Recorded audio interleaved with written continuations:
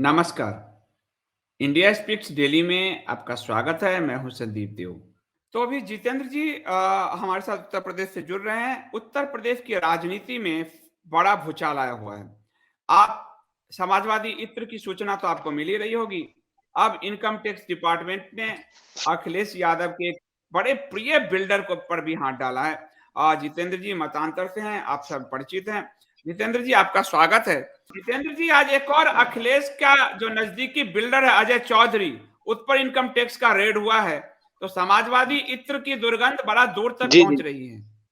नहीं, नहीं, अभी तो ये सर लग रहा है कि अभी एक शुरुआत है। अभी बहुत लोग जो है इसकी जद में आने वाले हैं। और आप देखिए, जब से रेड शुरू हुई है तब से एक अलग तरह का माहौल बनाया जा रहा है। और उसमें फिर आप देखिए, जाति हो या और तमाम चीजें हो, सपने भी आने लगे हैं। आपने सुना होगा कि अखिलेश यादव को सपने भी आए कि उनसे कृष्ण जी ने आकर कहा कि हम सरकार बनाएंगे। और हमको लगता है कि अखिलेश भूल गए होंगे, लेकिन जिनको कह रहे थे कि जो उनको स्वप्न आकर जिन्होंने उनसे कहा, उन्हें याद होगा कि मथुरा को 2017 के पहले किस तरीके से राम वृक्ष यादव ने बंधक बनाया था। 10 दिन कितना उपद्रव हुआ था मथुरा में। मैं कहूंगा कि जितेंद्र जी, जी जी, जी। एक बार ये जो जितने छापे पड़े हैं, ये इत्र का क्या है, इसमें बड़ी चीजें आई हैं। और चूंकि आप लखनऊ में बैठे हैं, तो ये बताइए, इत्र कारोबारियों के घर से, मकान से, बिल्डिंग से दीवारें नोट उगल रही है समाजवादी इत्र वालों के, और अब बिल्डर्स के। ये क्या खेल है पूरा? सर देखिए, जो पूरा एक फौरी तौर पर अगर देखा जाए तो ये सीधे एक तौर पर जो सेकंड, एक फंडिंग है सेकंड, चुनाव के एक समय। सेकंड। जी, मैं ये हाँ हाँ, कह रहा हूं बताइए। कि अगर आप पूरा जो ये घटनाक्रम है उसको देखें तो हम शुरू करते हैं जब समाजवादी पार्टी के नेताओं, कार्यकर्ताओं और उनके उनसे आप ये कहिए कि एक तरह से जिनका उनका इनको साथ दोस्ताना संबंध था, जब उन लोगों के यहाँ छापेमारी पड़ी तो कहा गया कि एक राजनीतिक दुराग्रह के तहत ये सब हो रहा है और हमारे यहाँ तो कुछ मिला नहीं। बाद में पता चलता है कि वो कहते हैं साहब 68 करोड़ रुपए मेरे हैं और हमने कर चोरी की है। ये यहां से बात शुरू होती है। और यहां जो छापी होती है उस छापेमारी में कई कागजात बरामद होते हैं और जिनसे ये पता चलता है कि समाजवादी पार्टी के एक बड़े नेता, टिकट उकट तो चलिए ठीक है, एक अलग मसला है, लेकिन किस तरह से लेन देन हो रहा है उन तमाम चीजों के कागज जो पहली रेड पड़ी थी समाजवादी नेताओं के ऊपर, वहां से निकले। जी, दरअसल उनके यहां से अभी मतलब ये कोई स्पष्ट जानकारी नहीं आयकर की तरफ से आई है कि वो कागज किस तरह के थे, लेकिन ये कहा जा रहा है कि जो लूज पेपर वहां मिले, जो हम्म, पहली बार छापेमारी हुई थी, हम्म, उसमें कई लेन देन के जो है कहां कहां हम्म, पैसे गए हैं इसके उसमें हिसाब किताब थे। और आप देखिए कि उस हिसाब किताब के जो कागज मिले उसके बाद से एक सिलसिलेवार तरीके से छापेमारी शुरू हुई। और उस हम्म, छापेमारी से आप जब पीयूष जैन के यहां पहुंचती है टीम, आईटी की भी और जीएसटी इंटेलिजेंस की भी, तो हम्म, वहां पर उनके यहां नोटों के खजाने मिलते हैं। इस पर अभी एक हाल फिलहाल में एक रिपोर्ट आई है, 1-2 दिन पहले। उस रिपोर्ट में वो रिपोर्ट कुछ लोग वहां जाकर किए हैं। वो कहते हम्म, हैं कि दरअसल इनके यहां जो पैसे आ रहे थे वो पैसे, इनका काम था हवाला का, ये हवाला का काम किया करते थे। ये इस तरह की हम्म, रिपोर्ट है जो लोग वहां आसपास बात किए हैं। जिस हम्म, तरह से उसमें गड्डियां बनी हुई थी, आपने भी सर देखा होगा, उसमें दरअसल ऐसा मालूम पड़ता है कि वो सीधे तौर पर चुनाव से जुड़े हुए थे। और दूसरी चीज, आपने सर शायद गौर किया होगा कि चर्चा ये भी है कि कई पत्रकार हैं वहां तक पैसे जाते थे। अब ये कौन लोग हैं, आईटी लगी हुई है, धीरे धीरे ये सारी चीजें बाहर आएंगी। लेकिन जिस तरह एक के बाद एक छापे पड़ रहे हैं उससे एक चीज स्पष्ट होती है कि इन सब छापों में कुछ न कुछ संबंध है, अन्यथा आईटी को तो सुराग ही कहीं से मिल रहा है या जीएसटी इंटेलिजेंस को सुराग ही कहीं से मिल रहा है। और अचानक वो सुराग वहीं से कैसे मिल रहे हैं जहां जहां छापे पड़ रहे हैं। एक जगह छापे पड़ते हैं फिर दूसरी जगह ये लोग पहुंच जाते हैं। और सबसे बड़ी चीज जिस पीयूष जैन को लेकर ये कहा जा रहा था कि नहीं ये तो भाजपा वाले अपने ही नेता के यहाँ चले गए, अगर भाजपा वाले और आईटी वाले अपने ही नेता के यहाँ चले गए होते तो ये 250 करोड़ रुपए के आसपास जो निकला है कैश, और उसके बाद में जो ये सोने की सिल्लियां निकली है बिस्किट, उनको निकालने क्या जरूरत पड़ती, वो तो वहीं पे बात खत्म कर देते कि चलिए गलती से आ गए। लेकिन उस गलती से ये लोग पुष्पराज जैन तक के यहाँ पहुंच गए और फिर वहां से वो मियां मलिक के यहाँ पहुंच गए और अभी ईडी पहुंच गई, आप देख ही रहे हैं। मतलब ये यूपी, आप ये मानते हैं कि ये जो पैसे हैं वो उत्तर प्रदेश चुनाव में खपाने के लिए लाए गए थे?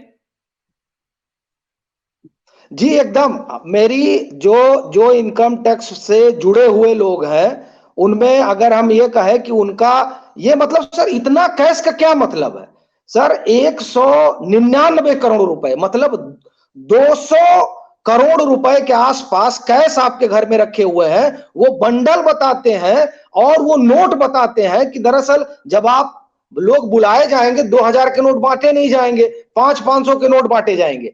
वो बंडल आप देखिए, बंडल साइज के हिसाब से बने हुए, छोटा बंडल बड़ा बंडल, तो इससे लगता है। और अगर चुनाव से वो सीधे जुड़े हुए नहीं है तो वो लोग ज्यादा परेशान क्यों है जिनका अपना राजनीतिक हित है। मतलब इस तरह के बयानबाजी से तो एक चीज समझ में आती है, वही जो योगी आदित्यनाथ भी कह रहे थे कि चोर की दाढ़ी में तिनका, तो ये वही स्थिति दिख रही है। वही स्थिति दिख रही है। और अगर छापे पड़ रहे हैं, इसका एक दूसरा पक्ष भी आ रहा है। काफी सारे लोग ये भी कह रहे हैं कि हर चुनाव से पहले भारतीय जनता पार्टी जो ये आरोप लग रहा है कि महाराष्ट्र में जब चुनाव थे तो प्रफुल्ल पटेल के यहाँ छापे पड़े, चुनाव खत्म हो गए, कुछ नहीं हुआ। उसके बाद अजीत पवार के यहाँ छापे पड़े, चुनाव खत्म हुआ, कुछ नहीं हुआ। सोनिया गांधी वाला जो आप हरियाणा के चुनाव थे, रॉबर्ट वाड्रा पे पड़े कि जमीन घोटाले, चुनाव खत्म हुआ, कुछ नहीं हुआ। तो क्या ये भी सिर्फ चुनाव के लिए है या इसकी जांच की तह भी अंदर तक पहुंचेगी, इसमें लोगों को सजा मिलेगी, या फिर चुनाव के बाद इसे भी भुला दिया जाएगा? क्योंकि कई लोग कह रहे हैं कि भाजपा की इस राजनीति से लोग गुस्से में भी हैं।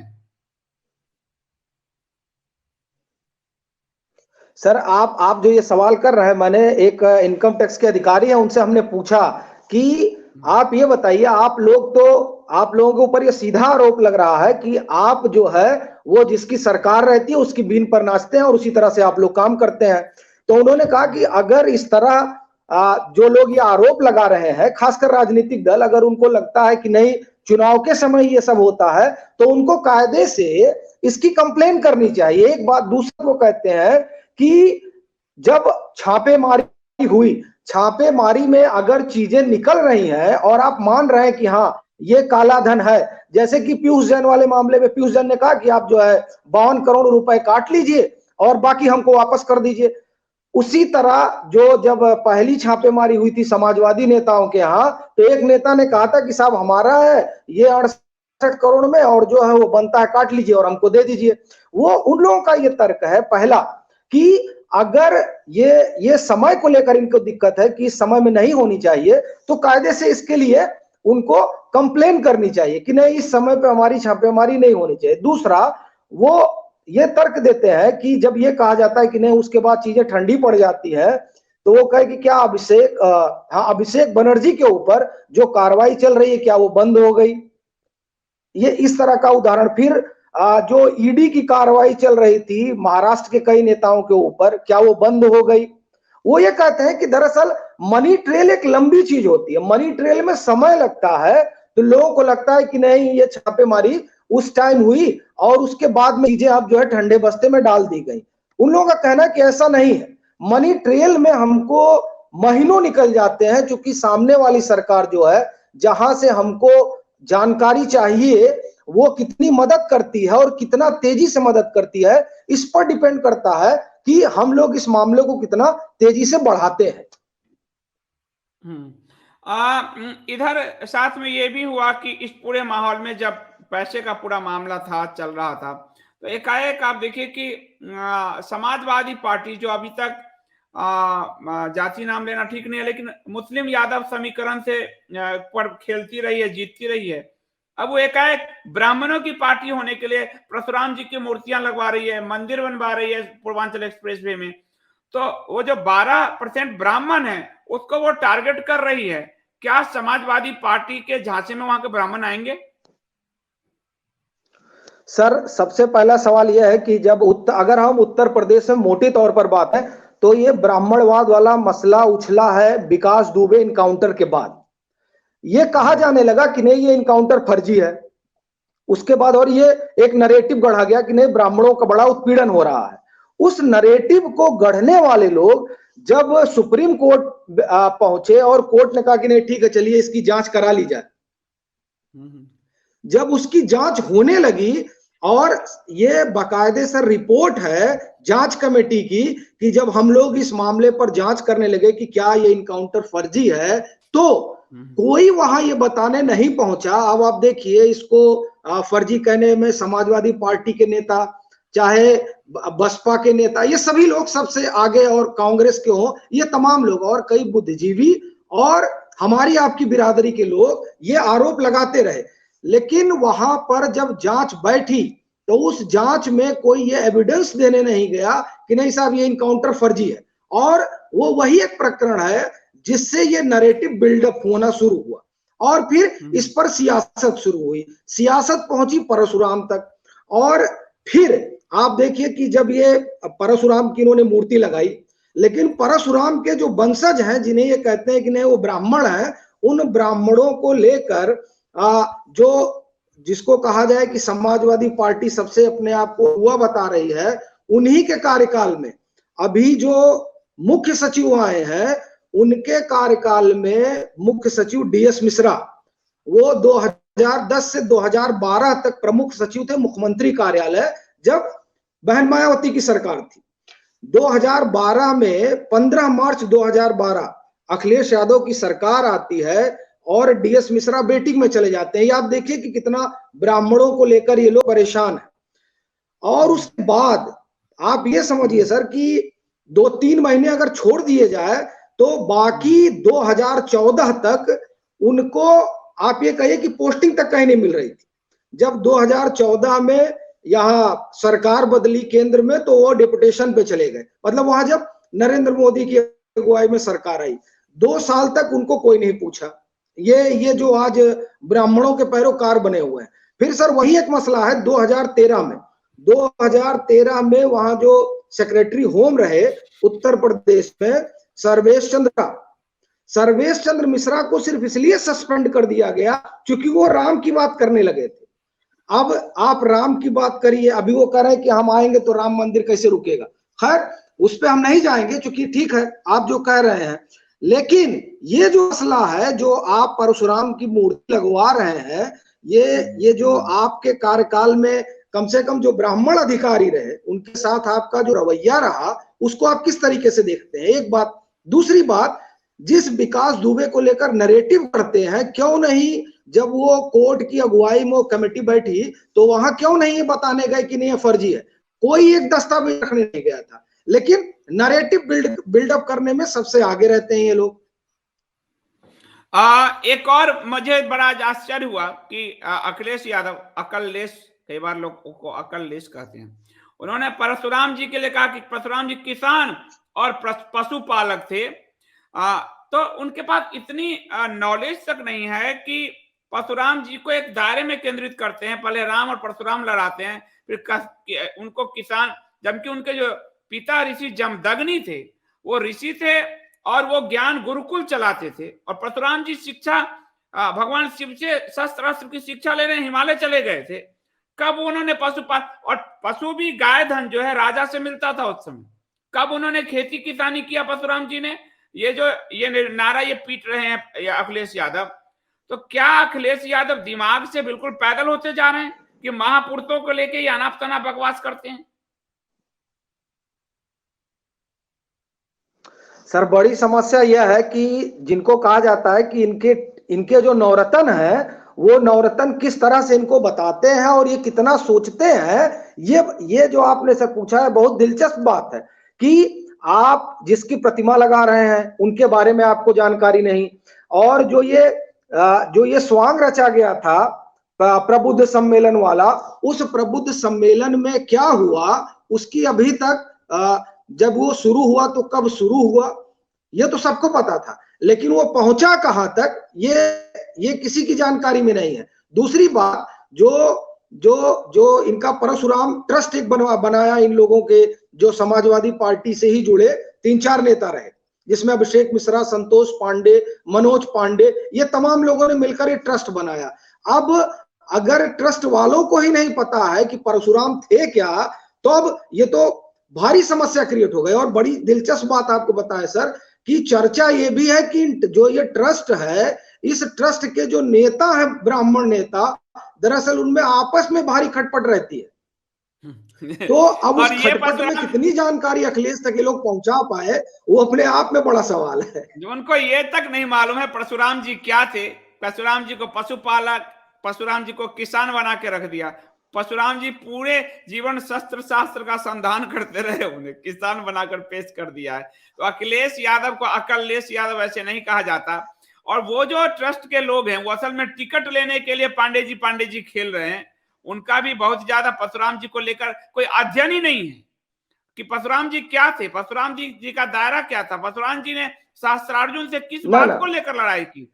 सहस्त्रार्जुन ने ऋषियों की गाय हाँक ली थी, ऋषियों की गाय हाँक ली थी, गौशालाओं को बंद कर दिया था, इसलिए परशुराम जी ने लड़ाई लड़ी। अभी अखिलेश यादव को देख लीजिए, अखिलेश यादव को ये कोई नॉलेज ही नहीं होगा इस सब बात का। तो अखिलेश यादव ये जाति की राजनीति करना चाहते हैं। दूसरी तरफ मैं कहूंगा बहन मायावती जी का क्या हाल है। आप उत्तर प्रदेश लखनऊ में बैठे हैं, बहन जी क्योंकि दलित वोट ही करती रही, और बहन जी का भी पूरा जोर ब्राह्मण वोट पे है 12%। सतीश मिश्रा के साथ उन्होंने एक बार गोलबंदी तो कर ली, लेकिन बहन जी की क्या स्थिति है इस समय उत्तर प्रदेश में?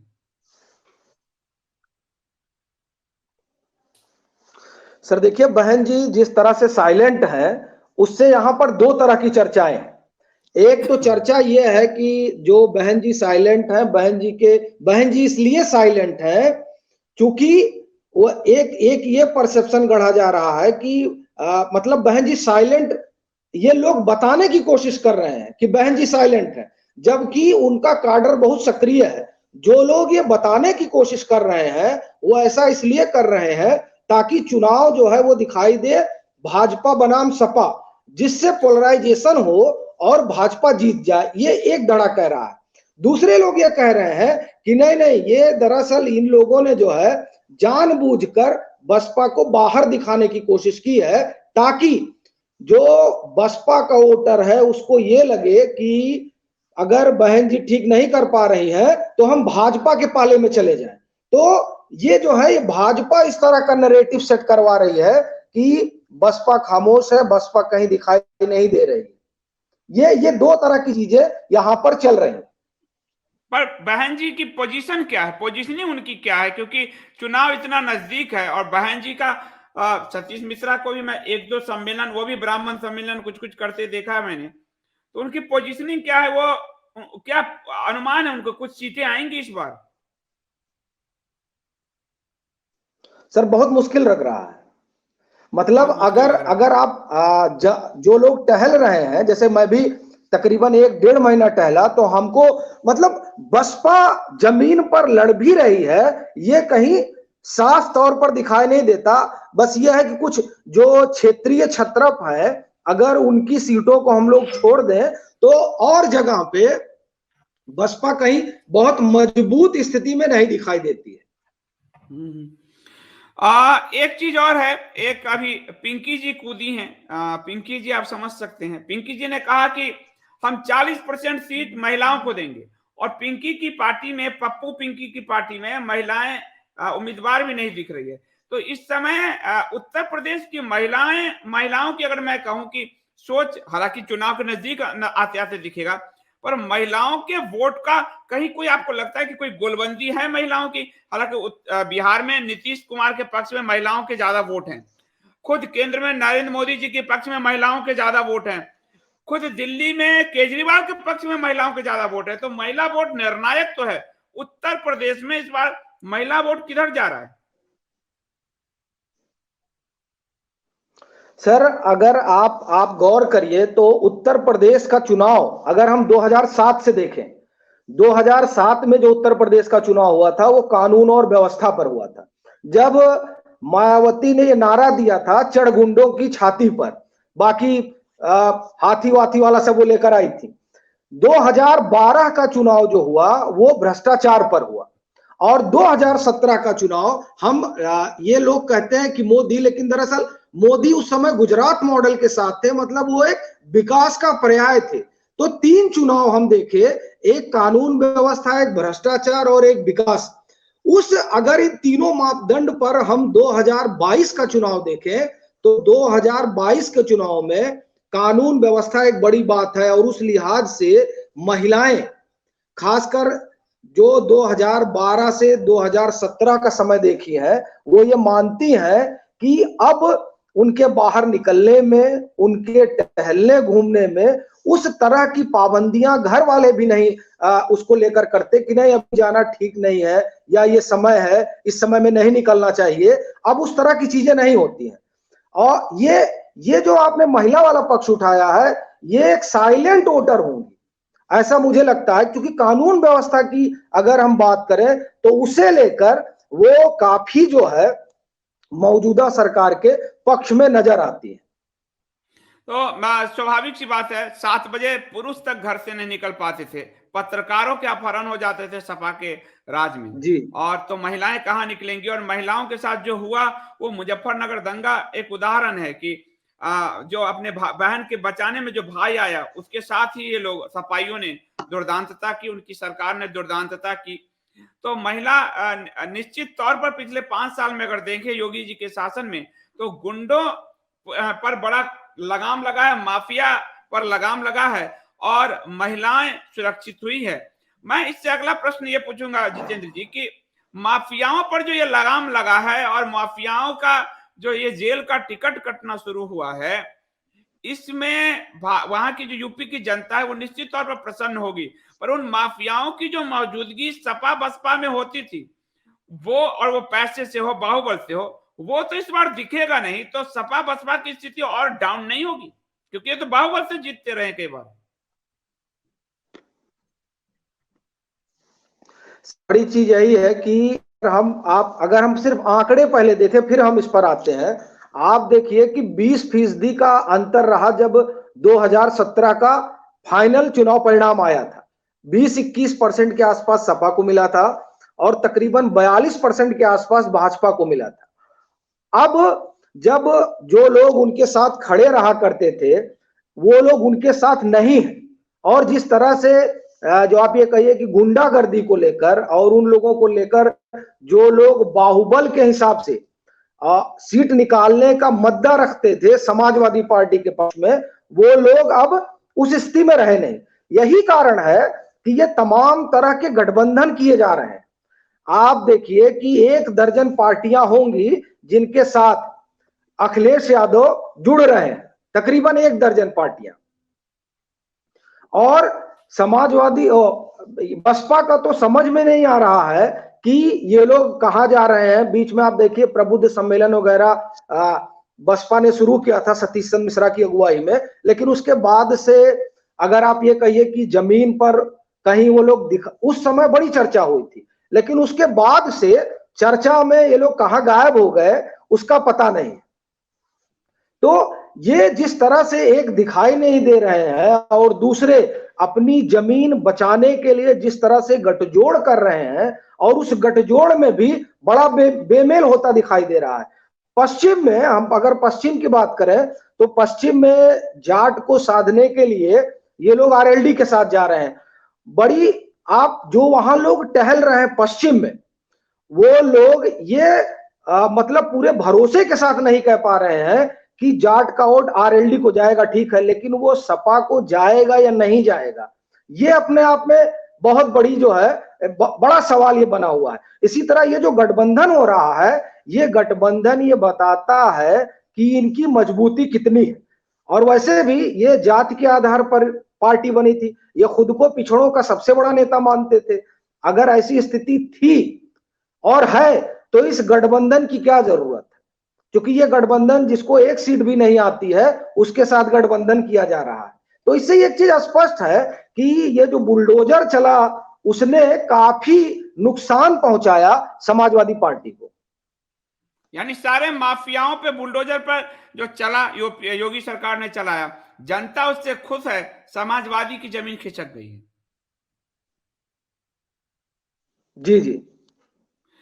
एक और चीज मैं आपसे पूछूंगा, क्योंकि आपने अभी आरएलडी की बात की, आपने देखा होगा कि किसान आंदोलन के नाम पर, पहला तो ये किसान आंदोलन का जो है उसका कुछ इम्पैक्ट पड़ेगा या नहीं पश्चिमी उत्तर प्रदेश में। दूसरा कि जो राकेश टिकैत ने वहां पर मजहबी नारे लगवाए, और हम सब जानते हैं कि मुजफ्फरनगर में 2011 के दंगे में जाट भाइयों के साथ, हिंदू जाट भाइयों के साथ जो मजहबी लोगों ने क्या किया था, और वो मजहबी एकता दिखाने का जो प्रयास राकेश टिकैत ने किया है, उसमें उनको कितनी सफलता मिलेगी। और ये जो मजहबी वोट हैं, जो एक मुफ्त वोट करते हैं, वो इस बार किधर जाएगा?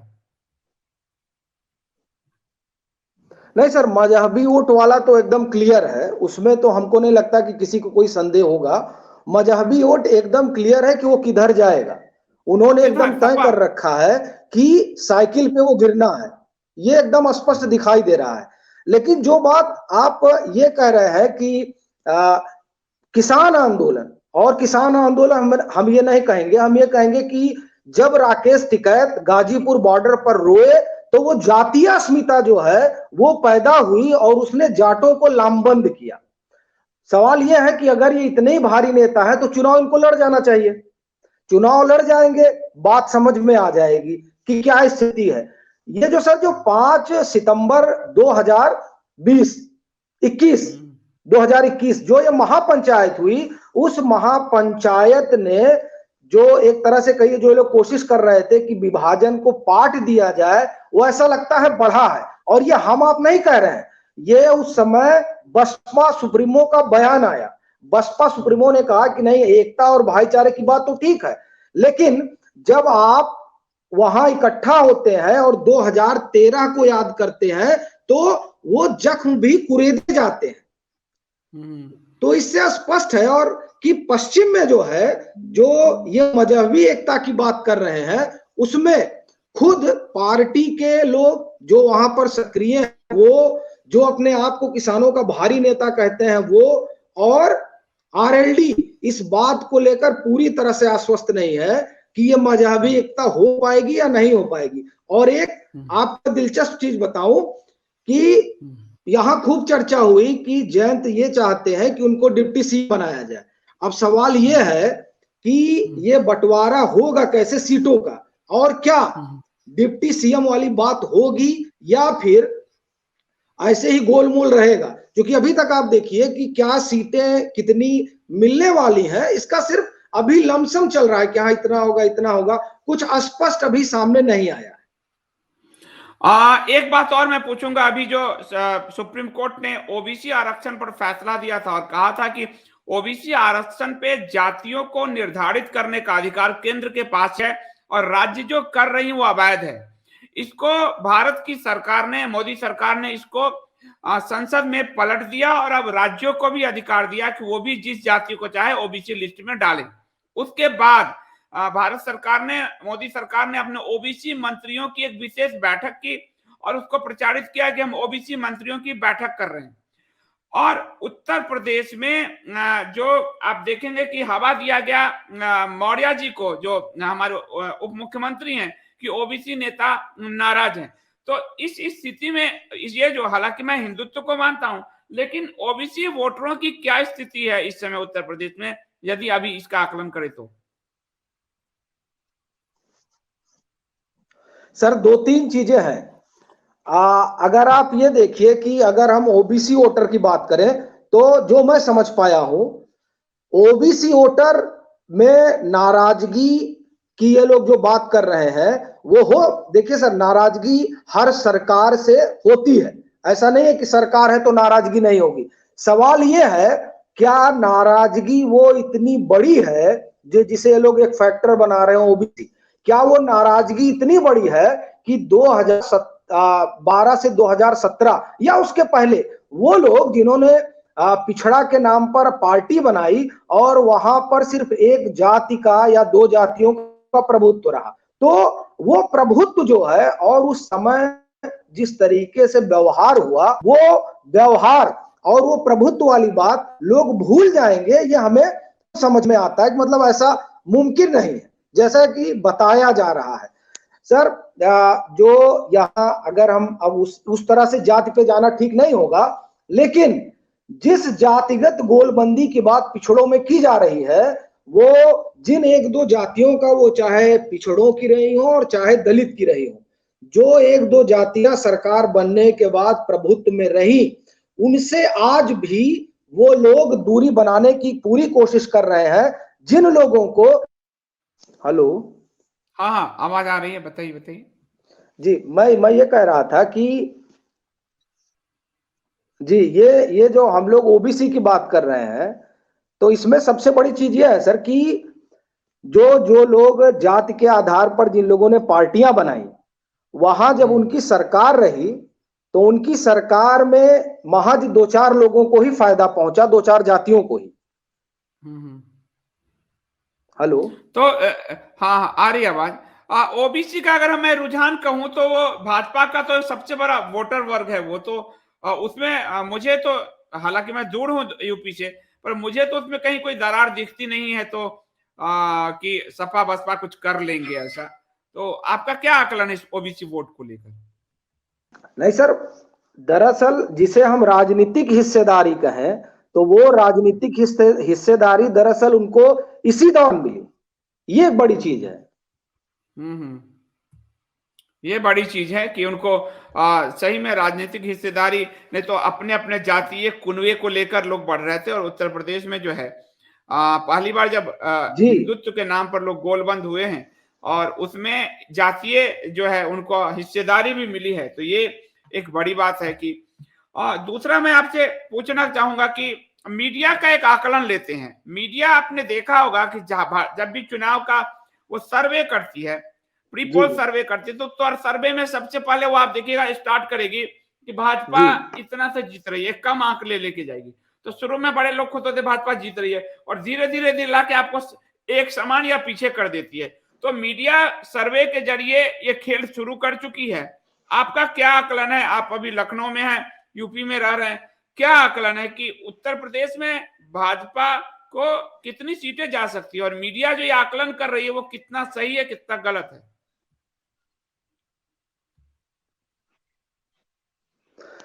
देखिए सर, अब सबसे बड़ी चीज तो यह है कि जो वोटों का अंतर है, जीत का जो जो हम अगर आंकड़ों में उसे देखें, तो 20% के आसपास था, 20 से 22% के आसपास।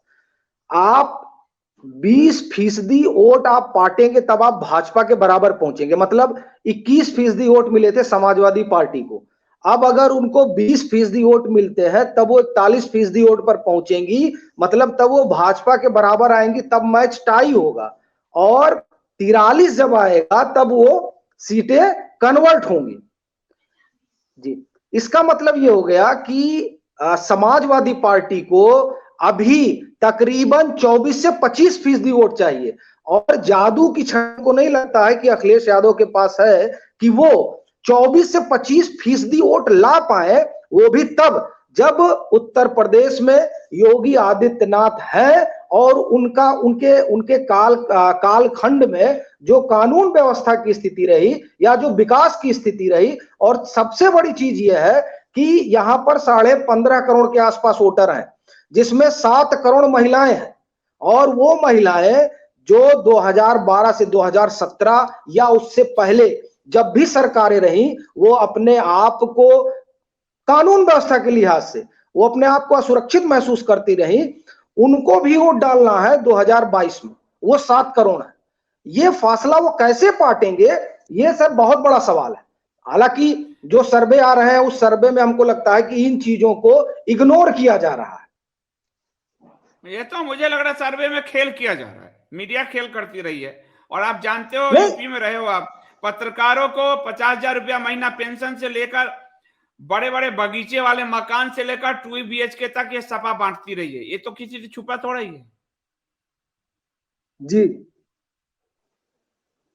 तो नहीं, आपका क्या यही आकलन है बड़ी कि चीज है कि अगर हाँ, आप अभी आप सर्वे देखिए, सर्वे में पूरी जी हाँ, आपका क्या आकलन है कि 300 प्लस तो भाजपा जाएगी?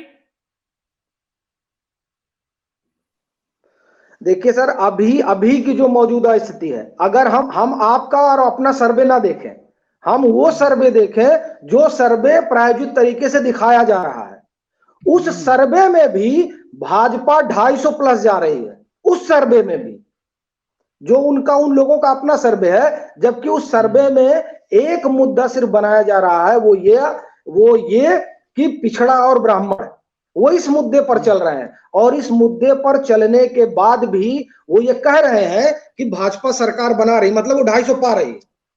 और जो हमने जो टहला देखा, उसको अगर हम लोग लेकर चले तो ये बड़ी चीज नहीं है कि अभी जो लोग मुस्कुरा रहे हैं कि नहीं देखिए ये तो 300 का नारा दे रहे हैं, ये तो ऐसे ही दे रहे हैं। उन लोगों को याद रखना चाहिए कि 2019 का जब लोकसभा का चुनाव हुआ था, तब बसपा, सपा और आरएलडी ये तीनों एक साथ लड़ रहे थे। और ये हम लोग भी उस समय सर ये मान रहे थे कि 20-25 सीट आएगी, लेकिन जिस तरीके से जमीन पर अंडर करंट चल रहा था, जिसको अगर आपको ध्यान हो तो समय रवीश कुमार ने कार्यक्रम किया था कि सब कान लगा के करंट सुन रहे हैं, हमको नहीं सुनाई दिया। अब भले उनको जब 60 सीट आई तो सुनाई दिया रहा होगा, वही स्थिति आज भी है उत्तर प्रदेश में। ऐसा नहीं है स्थिति उससे अलग हुई है। यह है कि अभी जब लोग टहल रहे हैं और जो भीड़ देख रहे हैं, दरअसल अगर आप बात करें और लोगों से पूछें तो स्पष्ट बता देते हैं कि भीड़ किसकी है। और आप ये देखिए सर कि जो सर्वे हो रहा है जी। हाँ, मैं एक और बात कहूंगा। आज अमेरिका के एक जो वायरोलॉजिस्ट हैं रॉबर्ट मेलोन, उन्होंने जब उत्तर प्रदेश का कोरोना का प्रबंधन देखा तो चकित हैं। अमेरिका में रोज लाखों केस आ रहे हैं और उत्तर प्रदेश जो कई यूरोपीय देश से बड़ा है, वहां जिस तरह का प्रबंधन है, तो वो कह रहे हैं कहीं कोई गुप्त इलाज हो रहा है कोरोना का भारत में, क्योंकि उन लोगों के हिसाब से 5-6 करोड़ मरने चाहिए थे। तो हम तो आयुर्वेद, हल्दी, दूध, आपसे कहें गिलोय, तुलसी, हमारे मसाले खाने में रहे हैं, परंतु जिसके कारण हम कोरोना को हराने में कामयाब रहे। परंतु फिर भी उत्तर प्रदेश सरकार ने जो प्रबंधन किए हैं योगी सरकार ने कोरोना का, वो पूरी दुनिया देख रही है और चकित है। मैं कहूंगा कि जो तीसरा फेज आने वाला है, आप थोड़ा सा, आपने लंबे समय यूपी में पत्रकारिता की, इस समय यदि मायावती और अखिलेश होती और राहुल की पार्टी होती, तो क्या स्थिति होती यूपी की जनता की? सर सबसे बड़ी चीज, जो लोग कोरोना पर बात कर रहे हैं, सबसे पहली बात तो यह है कि उनको यह बताना चाहिए कि कोरोना ने, आप क्या कर रहे हैं, मिसमैनेजमेंट था। ठीक है, हम उसको मानते हैं सर, चलिए आप कर रहे हैं, हम मान लिए मिसमैनेजमेंट था, आप ही की बात सही है। आप ये बताइए कि आप लोगों ने ये 5 साल योगी आदित्यनाथ का आप निकाल दीजिए, और 1-2 साल जो कल्याण सिंह और राजनाथ सिंह, वो दो आप सर अगर टेन्योर निकाल दीजिए ये 7 साल का, तो बाकी समय यहां किसकी सरकारें रही? या तो कांग्रेस रही, या समाजवादी रही, और या बसपा रही। इन्हीं 3 लोगों की सरकारें रही। आप 3 लोगों ने हेल्थ का कौन सा इंफ्रास्ट्रक्चर उत्तर प्रदेश में डेवलप किया? सबसे बड़ा सवाल यह है। एक अस्पताल आप पूरे लखनऊ में 2 सरकारी अस्पताल बना पाए, मतलब आप जिसे कहिए कि सुपर स्पेशलिटी हॉस्पिटल, आप इसे कहिए, लोहिया हो गया, पीजीआई हो गया, आप लोगों ने ये 7 साल हटा दे तो बाकी आपने क्या किया? ये एक बहुत बड़ा सवाल है। इस पर बात नहीं करेंगे, लेकिन उस पर जरूर बात करेंगे कि क्या हो, जब इनकी सरकार थी तो क्या हुआ। दरअसल उस सरकार में भी कौन बाहर निकला? आप सर, बाहर लोग ये कहते हैं कि नहीं ठीक है, अखिलेश यादव हो या बसपा हो, उस समय बाहर टहल कौन रहा था? योगी आदित्यनाथ टहल रहे थे। जिस वेव में ये दिल्ली और तमाम, मैं कहूंगा कि राज्यों के मुख्यमंत्री जब अपने घर में रह रहे थे, तब योगी आदित्यनाथ यहाँ की गलियों में टहल रहे थे। और पहले में तो सबने देखा था, दूसरे वाले में चूंकि खुद संक्रमित हो गए थे, तो इसलिए वो एक जो प्रोटोकॉल है उसकी वजह से भी नहीं निकल रहे थे, क्योंकि खुद संक्रमित थे तो जा भी नहीं सकते थे कहीं। और अगर हम बात करें कि अगर इनकी सरकारें होती तो क्या होता, दरअसल अगर सपा बसपा या कांग्रेस की सरकार होती तो आप कल्पना करिए कि जो आदमी विपक्ष में है, जिसे विपक्ष की भूमिका निभानी चाहिए थी, वो आदमी सड़क पर नहीं उतरा उस प्रचंड कोरोना में, और जब वो मुख्यमंत्री होते तब वो निकलते। ये खुद ही आदमी कल्पना कर सकता है।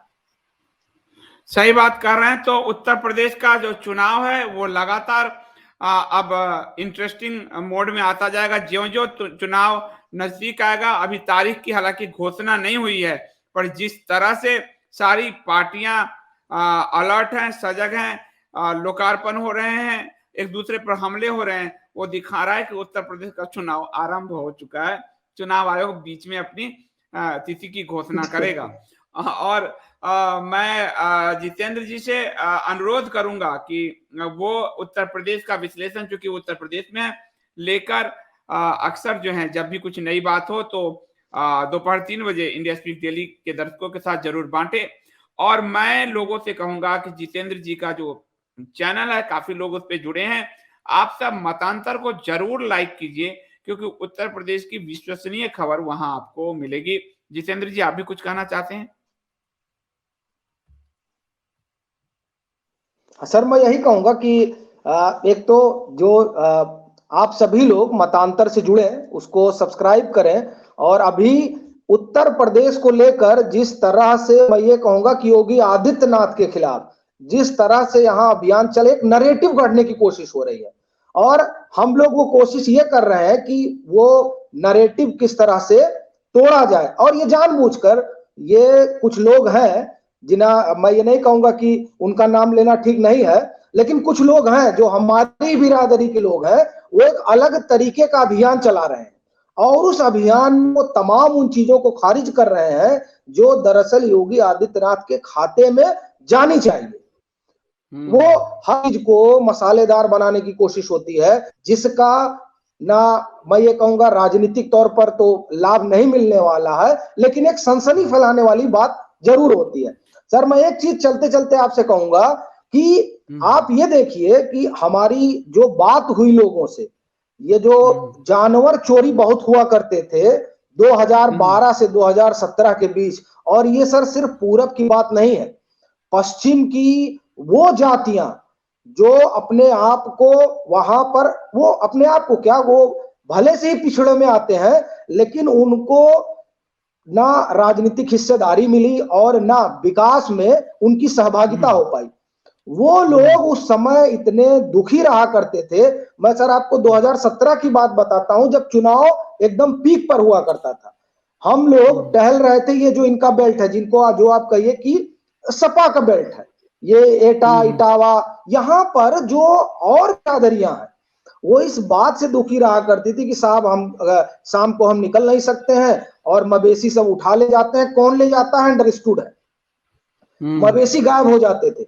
आज ये स्थिति एकदम बदल गई है, और कम से कम ग्रामीण इलाकों में जहां जानवर चोरी एक आम घटना हुआ करती थी, वहां अब वो सब चीजें बंद हो गई। इसका बड़ा असर है सर। मतलब बलिया में हमारी बात हुई कुछ लोगों से, उन लोगों ने सीधे सीधे कहा इस बात को, क्योंकि मैं तो इसे भूल गया था, 2007 में बात हुई थी तो हमको ध्यान था, लेकिन उसके बाद मैं भूल गया था। जितेंद्र जी, इसको ऐसे लेते हैं कि मवेशी तस्करों को भी अंदर जो है भय, जो है योगी जी का भय उनके अंदर व्याप्त हो गया है, और ये मवेशी चोरी नहीं करते, ये तस्करी करके बांग्लादेश और सब पे बेचते थे। ये बड़ा जो आपने देखा कि बीफ का कारोबार चल रहा था, अवैध कत्लखाने चल रहे थे, उस सब पर योगी जी ने रोक लगाया। और ये एक सांस्कृतिक पुनर्जागरण, मैं कहूंगा योगी जी के समय उत्तर प्रदेश का एक सांस्कृतिक पुनर्जागरण हुआ। गोवध पर रोक लगा, कुछ काफी हद तक शहरों में जो हिंदुत्व की चेतना वाले नाम फिर से वापस आए, और अयोध्या, काशी, इन सब का विकास हो रहा है। तो इसी क्रम में ये जो गो तस्करी को उन्होंने रोका, और मवेशी चोरी से ज्यादा उसका तस्करी कहना ठीक रहेगा। तो आपका बहुत धन्यवाद जितेंद्र जी, और आप पधारते रहिए, और उत्तर प्रदेश की का जो विश्लेषण आप लगातार करते रहिए। बहुत बहुत धन्यवाद, थैंक यू सो मच। और उत्तर प्रदेश से जुड़ा हुआ कोई सवाल मुझे नहीं दिखा, इसलिए मैं सवाल जवाब सेशन नहीं लेता हूँ, एक अनिल जी का है, अनिल पांडे जी का प्रश्न मैं ले लेता हूँ। और जितेंद्र जी आपका बहुत धन्यवाद। Thank you so much. जी सर। अनिल पांडे जी, ओमेंद्र रत्न जी की जो महाराणा प्रताप वाली पुस्तक आखिरी चरण में है, उसमें कई संशोधन उन्होंने किए हैं, उस पे लगे हुए हैं। और कल भी मेरी उनसे बात हो रही थी व्हाट्सएप पे, तो शीघ्र अतिशीघ्र वो आने वाली है और मैं उनको एक दिन चैनल पर इसे लेकर आऊंगा और वो स्वयं आपको बताएंगे कि वो पुस्तक कब आ रही है। अच्छे काम में थोड़ी देरी हो जाती है और इसीलिए वो उस पुस्तक की प्रतीक्षा मुझे भी है। तो वो बहुत आखिरी चरण में है, तो बहुत शीघ्र वो पुस्तक आ जाएगी। मुझे जो है इस पर यूपी और इससे जुड़ा हुआ कोई प्रश्न ज़्यादा नहीं मिला है, तो मैं इसको यहीं समाप्त करता हूँ। और मैं शाम के आज आपके 8 बजे मैं मधु किश्वर जी के चैनल पर हूँ, मानुषी पर, उत्तर प्रदेश के चुनाव विश्लेषण को लेकर ही। और रात 9 बजे आपको जर्नी विद संदीप देव और इंडिया स्पीक्स डेली दोनों पर आपको अमेरिका से आदित्य सत्संगी जी जुड़ेंगे, जिनकी एक पुस्तक बहुत प्रचलित हो रही है, वन एरो वन किल, यानी रामायण का इतिहास और भूगोल। और उसके जरिए वो जो आपको मैंने बताया था इंद्र विजय से बताएंगे कि आज का जो श्रीलंका है वो सिंगल द्वीप है, वो रावण वाली श्रीलंका नहीं है। रामायण के भूगोल से साक्षात्कार करने के लिए रात 9 बजे आप सब India speaks daily, journey with Sandeep Dev और हमारे वेब ट्विच पर अवश्य पधारिए। तब तक के लिए मुझे अनुमति दीजिए। जय श्री राम।